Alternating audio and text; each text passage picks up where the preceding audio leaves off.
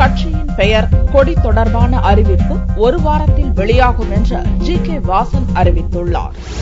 முன்னாள் மத்திய அமைச்சர் வாசன் சனிக்கிழமையன்று மதுரை விமான நிலையத்தில் செய்தியாளர்களை சந்தித்தார். இலங்கை சிறையில் உள்ள தமிழக மீனவர்களை இந்தியாவுக்கு கொண்டுவர மத்திய மாநில அரசுகள் ஆக்கப்பூர்வ நடவடிக்கை எடுக்க வேண்டும் என்று கோரிக்கை விடுத்த வாசன், புதிய கட்சி தொடர்பாக ஒரு வாரத்தில் முடிவு அறிவிக்கப்படும் என்றார்.